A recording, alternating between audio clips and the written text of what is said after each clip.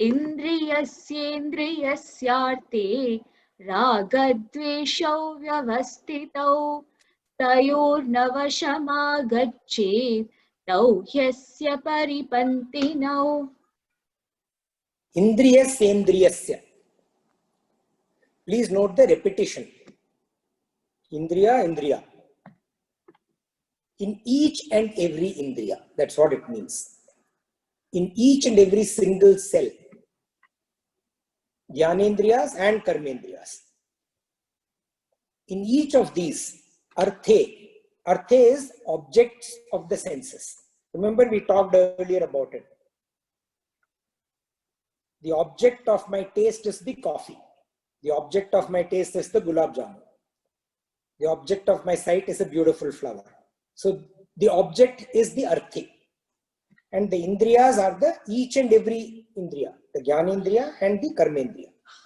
So what are the jnanendriya and karmendriya? The 5 faculties of perception, the jnanendriyas. They are the srotra tattva. Tattva is element. Srotra is hearing.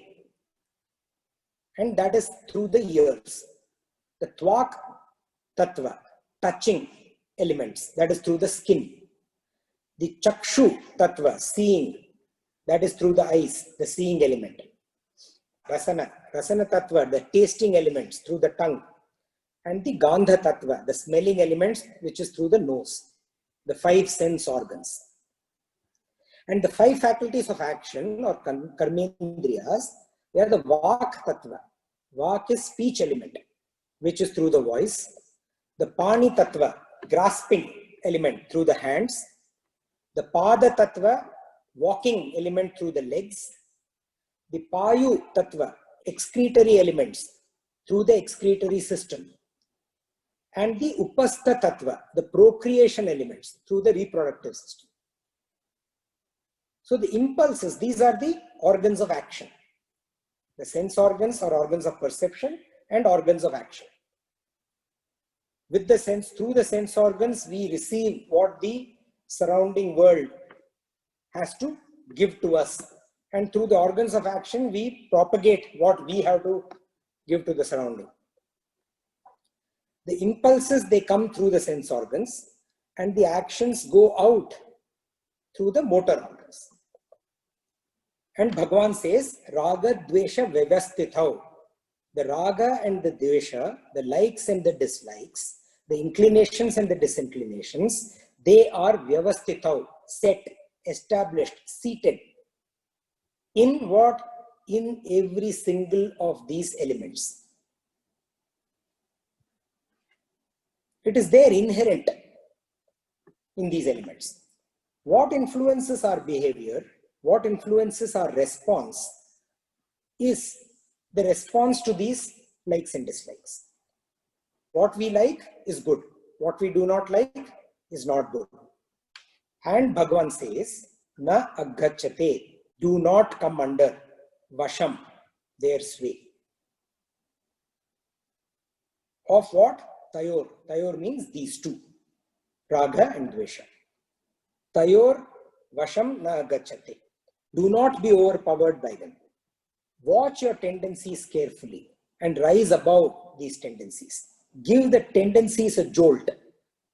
Do not get jolted by them. And why? Because Bhagavan continues to say, Tau hyasya paripanthinau. These two surely, hyasya is surely are, certainly are enemies.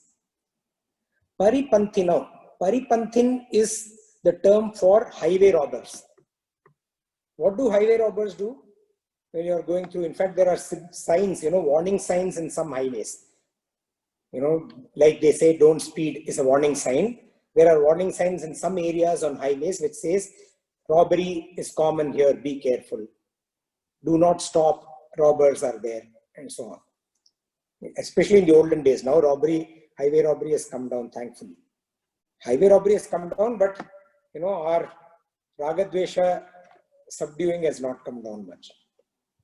So these highway robbers, they stop us, they rob, they take away all our possessions, and they actually throw you away. and go about their business. Similarly, Raga Dvesha are highway robbers in the path. Which path? The spiritual path. Remember that entire spiritual path we went through, beginning from Karma Yoga? In that spiritual path, in that highway, Raga Dvesha are the highway robbers. We have to watch, we have to beware. God is not saying that we cannot have Raga Dvesha or we should not have Raga Dvesha. He in fact says that they are there. They are inherent in all the elements. They are inherent in every single cell. He is just saying, do not come under their sway.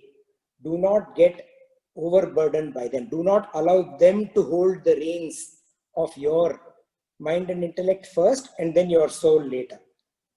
We have to hold the reins. Swami Chinmayananda has said, a quiet, alert, vigilant mind itself is sadhana. This is probably among the most important lessons of the Bhagavad Gita. How we are to recognize our inclinations and disinclinations. And since we are in the path of spiritual growth, recognize which is an hindrance, which is an obstacle, and which is a conducive like or dislike to this path. Among the most important teachings in the Bhagavad Gita by Bhagavan. So my daughter used to sing this lovely, lovely little uplifting song, when she was really small. And it used to go something like this. Every single cell in my body is good. Every single cell in my mind is happy. And then it went on and on and on. And my daughter and her friends, these girls would dance together in gay abandon. I mean, just the fact that they are saying this, every single cell in my body is good, every single cell in my, they just in gay abandon. And all the adults who were there looking at them, guess what happened? Like an infectious disease. Everybody was laughing, feeling happy, every single cell feeling good, every single cell feeling happy. So every element, every cell in our body has the Raga and Dvesha. It is up to us to recognize them, control them, rise above them, not get under their sway. Actually, there is René Descartes. René Descartes was a French philosopher. He is actually known as the father of modern philosophy. He was also a mathematician and a scientist. He lived in the 16th century. He said that humans are made of two distinct components. One is the body and the other is the mind. And he saw the body as a very complex, extremely complex biological machine. To explain the mind, which is harder, body is very easy to explain. Extremely complex biological machine. It has these parts. These parts make these functions. Jnanendriya, Karmendriya, sense organs of action, so on and so forth, right?